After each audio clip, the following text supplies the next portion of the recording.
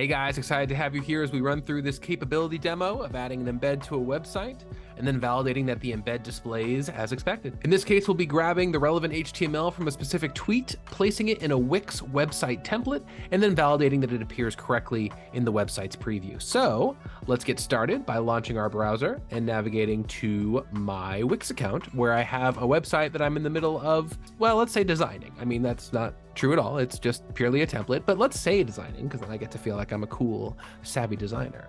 So I'm going to hit that design site button in the upper right. And while we wait for this to load, let's go ahead and think about what we're going to do here. We're basically going to go through the Wix path that allows us to get a text box ready where I can paste some code in for my embed. Again, we'll be embedding a tweet, and as soon as our site is prepared here, yes, train of thought. I'm so philosophical. We can go ahead and get started with this. So I'm going to click that plus button up here that's add elements. I'm going to click embed code in this menu. And I'm going to click the plus button to the right of embed HTML. Cool. So we're ready. Now we just need the HTML that we're going to embed. So let's go ahead and navigate to a tweet. In this case, I'm going to pop open a tab that's going to take us to a tweet from Apple TV teasing a Ted Lasso spinoff. Shout out to all my Lasso heads out there, or Ted heads. I guess that's more lyrical. And yeah, notice that while I was blabbing at you, a couple of these pop-ups came up. We wouldn't have to account for those if this was running in an automated fashion, and I'll show you that at the end of this test. We'll let this bad boy run by itself. For now, I'm going to close these manually, and instead we're going to go ahead and click the meatball menu in the upper right of the tweet. We're going to click embed post, and we're going to click copy code. Cool, it's copied. Let's bring our Wix page back to the front. And now I can click that text box and paste the embed in. Wonderful. I can click update, and I'm going to give this a 3-second timeout while we wait for the embed to load in. At which point I can close this window, this HTML settings window. And we don't see the embed right now. It's actually down under where I am. So I'm gonna jump down in just a second here, and we're gonna stretch this embed out with all this code to get it to a palatable height and width. Yep. There we go. Now it actually looks like something we want to look at. Okay, cool. So at this point, I can open the website preview using this preview button, and we're going to give it another 5-second timeout while we wait for the preview to load. And once we're on the preview, I'm ready to run a visual diff on this to make sure that this appears as expected. I already have the baseline image set from when I was writing this test. So this code on line 98 here is performing a computational pixel by pixel analysis of our preview here to verify that everything is rendering as expected. Let's go ahead and run that. Okay. And indeed, we're getting a green check mark. That's lovely. We can click this icon here to see what's going on.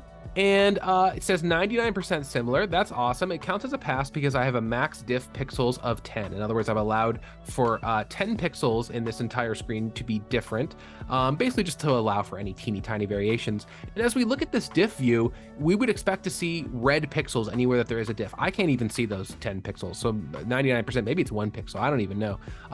Because in other words, the expected is this, and the actual is this. It looks the same. And if we go ahead and do the comparison, it's flashing back and forth right now, but again, not super exciting to look at because it's passing. So maybe what would be cooler is if we can see what this would look like should this test fail, and we can kind of dig into this a little bit deeper. Before I do that, let me go back. And what I'll do here is I'm going to click back to the editor and just show you one other thing real quick, which is that after it goes back to the editor, we're going to go ahead and clean this embed up. We're going to click it and delete it. That is best practice here at QA Wolf. We always build up and tear down any relevant data per test. That way, when the test runs from the top, it starts from a clean slate again. And speaking of running from the top, I'm about to do exactly that. But first, what I want to do is just comment out this code that takes us to the preview page. Instead, we're going to run this visual diff right here on the editor view, and we're going to see what happens this time. So let's go ahead and let this baby run. We can kind of follow along with the green check marks here and bear with me as we go through. We should see everything go pretty darn quick. And again, we'll probably see when we go to Twitter and we grab that embed that we're not going to have to deal with those pop-ups that I closed manually, as this is now just running automated.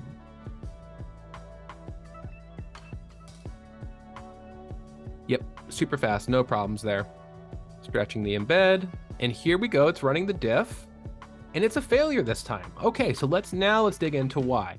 So here I am on the compare tab and it's flashing back and forth. Okay, we can see the difference, right? The expected view was like this from the preview page, but the actual view here on the editor looks like this. So now if I click this diff tab, yes, we see lots of scary red pixels telling us, hey, this is not what we expected. This is only 86% similar. We are a far cry from that max diff pixels of 10. This test is now a failure, which means we might be logging a bug for this if that's your preference, or if you would rather, for your visual diffing tests to just be alerted, hey, something's going on here. We want it to be on your radar. Whatever works best for you guys, we're gonna go ahead and adhere to. That's all I've got today. I really appreciate you guys coming along for this demo, and I look forward to seeing you next time.